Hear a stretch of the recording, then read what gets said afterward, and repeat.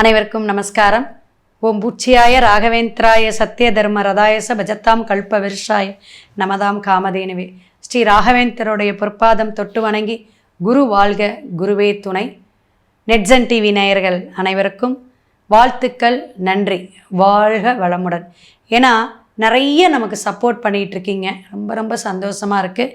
எல்லாருடைய குடும்பத்துலேயும் நல்ல விஷயங்கள் நடக்கணும், சுபகாரியங்கள் நடக்கணும், மன அமைதியை கொடுக்கணும், வாழ்க்கையில் வாழ்வாதாரமும் பொருளாதாரமும் பெருக வேண்டும் அப்படின்னு ஈசனை வேண்டி வாழ்த்தி, இப்போ நம்ம போகக்கூடிய பதிவு என்ன பார்த்திங்கன்னா, ஒரு சிறப்பு தனித்துவம் அப்படின்னு சொல்லலாம். ஏன்னா கும்பம் அப்படிங்கிறது காற்று ராசிங்க. அந்த இடத்துல 4 கிரக சேர்க்கை, 5 கிரக சேர்க்கை அப்படின்னு இந்த வாக்கியம் திருக்கணிதம் அப்படிங்கிற பஞ்சாங்கம் மூலியமாக. இப்போ இந்த 5 கிரக சேர்க்கை எப்படின்னா பல பேருக்கு கன்ஃபியூஸுங்க. அதுவும் காலசக்கரத்துக்கு 11ஆம் பாவங்க. பயமாக இருக்குதுங்க, இந்த மாதம் என்ன இதாகுமோ அப்படின்னு. ஏன்னா பொதுவாக இந்த உலகியல் ஜோதிடம் அப்படிங்கும்போது ஒவ்வொரு இடத்துடைய வேல்யூ அப்படின்னு இருக்குது.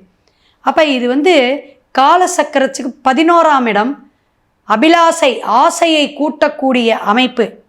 அப்படிங்கிறனால நிறைய ஒரு பிரளயம் அப்படிம்பாங்கள, அது மாதிரி போராட்டம், சச்சரவு, கன்ஃபியூஸு.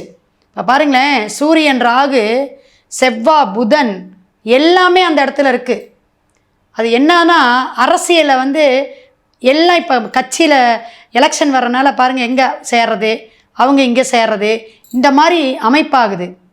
சனி பகவான் மீனத்தில்ங்க, குரு பார்த்திங்கன்னா மிதுனத்தில், கேது எங்கே இருக்கார் சிம்மத்தில், மற்றது எத்தனைங்க? அப்போ இந்த 5-6 கிரக சேர்க்கை சந்திரன் ரவுண்ட்ஸ்லேயே இருப்பார்.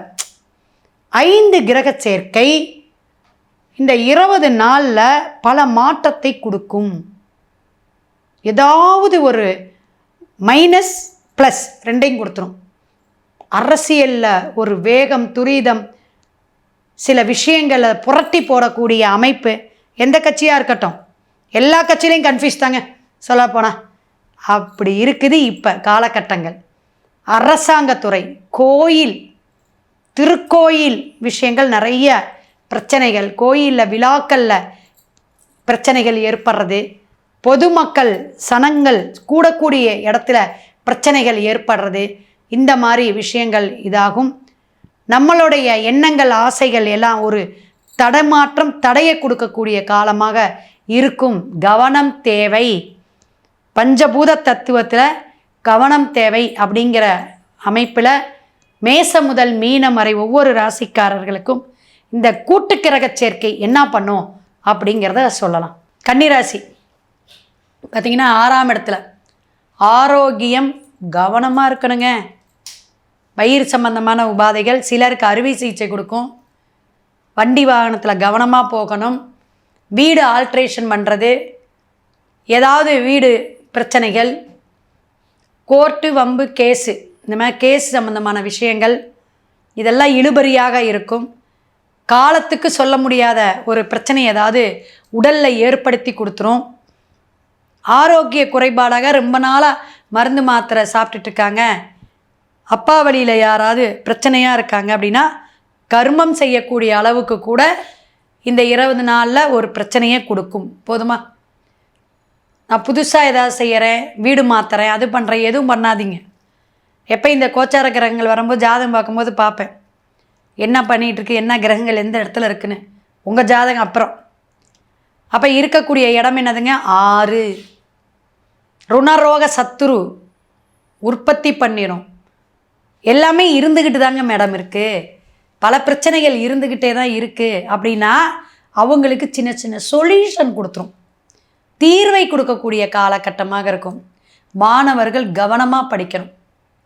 குரு பகவான் சப்போர்ட் பண்ணிகிட்ருக்கார், இருந்தாலும் ரொம்ப கவனமாக இருக்கணும். அந்த வெளிநாடு வெளியூர் போகிறவங்களுக்கெல்லாம் டக்குன்னு ஏதாவது ஒன்று கிடைக்கக்கூடிய அமைப்பு. பிரிவுகளை கொடுக்கும். அம்மா அப்பா விட்டு பிரியறது, கணவன் மனைவி ஏதாவது பிரச்சனையில் பிரிவுகளை கொடுக்கக்கூடிய அமைப்பு உண்டு. தொழில் விஷயமாக, வியாபார விஷயமாக, கல்வி விஷயமான பிரச்சனைகள், பிரிவுகள் உண்டு. உத்தியோகத்தில் இருக்கிறவங்க, அடிமை தொழில் செய்கிறவங்களுக்கு பல விஷயங்களில் கவனமாக இருக்கணும். கெட்ட பேர் அவதூறு வந்துடும். நல்லா இருக்குவாங்க, போட்டு கொடுத்துருவான். அவன் தான் செஞ்சங்க, நான் செய்யலேம்பாங்க. 10 மாதம் சஸ்பெண்ட் போய் உட்காந்துரு. அப்படி நமக்கு ஒரு கௌரவம் அந்தஸ்தை சீர்குலைக்கும். நல்லா கேட்டுக்கணும். கன்னிராசி நேயர்கள்லாம் ஜாதகம் பார்த்துக்கணும். பிரச்சனைகள் உண்டு. பொது இடத்தில் பிரச்சனை உண்டு. அதான் தேவையே இல்லாத ஒரு கேஸ் வந்துருச்சு. ஏன் அவங்க என் மேலே கேஸ் போட்டாங்க அப்படிங்கிறது தெரியாது. அதனால் கவனமாக இருக்கக்கூடிய காலகட்டமாக இருக்குது. நீங்கள் என்ன பண்ணுறீங்க அப்படின்னா, விஷ்ணு சரசரநாமம் கேட்டுகிட்டே வாங்க. சிவபுராணம் பாராயணம் பண்ணிட்டு வாங்க. வீட்டில் எப்பயுமே தீபம் ஏற்றி வைங்க.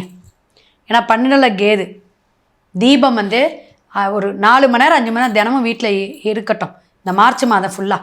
அடுத்த பதிவில் சந்திப்போம். சிவாய நம. திருச்சிற்றம்பலம்.